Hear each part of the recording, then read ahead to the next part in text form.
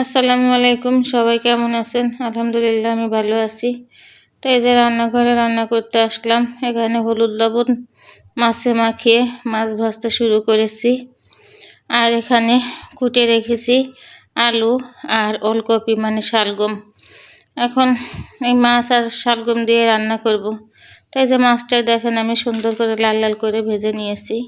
কড়াইতে দিয়ে দিয়েছি তেল, পেঁয়াজটা একটু সামান্য ভেজে তারপরে আমি এখানে মশলা অ্যাড করব। শরীরটা আমার খুবই খারাপ, আমি ঠিকমতো প্রতিদিন ব্লগ দিতে পারছি না, রান্নার ভিডিও ছাড়তে পারছি না। তো এই তো আমি পেঁয়াজটা একটু আধ ভাজা করে নিয়ে সামান্য পানি দিয়ে এর মধ্যে দিয়ে দিলাম রসুন বাটা, জিরে বাটা, দিয়ে দিলাম হলুদের গুঁড়া।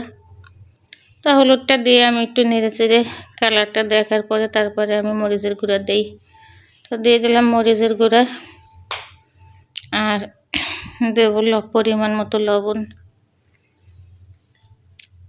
তো আমার বড় মেয়ের পরীক্ষা, আমি এক হাতে ভিডিও করছি আর প্রতিদিন ভিডিও দিতে পারছি না,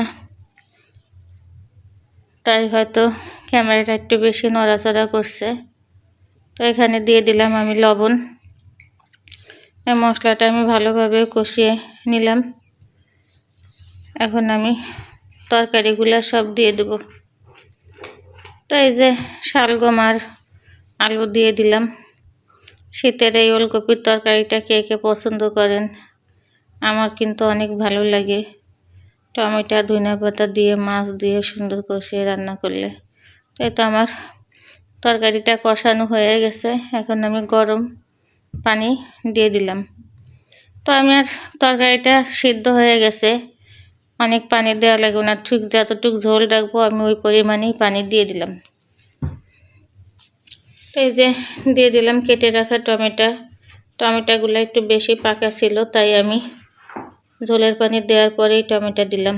দিয়ে দিলাম এই যে ভেজে রাখা মাছগুলা। এখন এটা ঝোলটা একটু টকবক করে উঠলেই আমি নামিয়ে ফেলবো।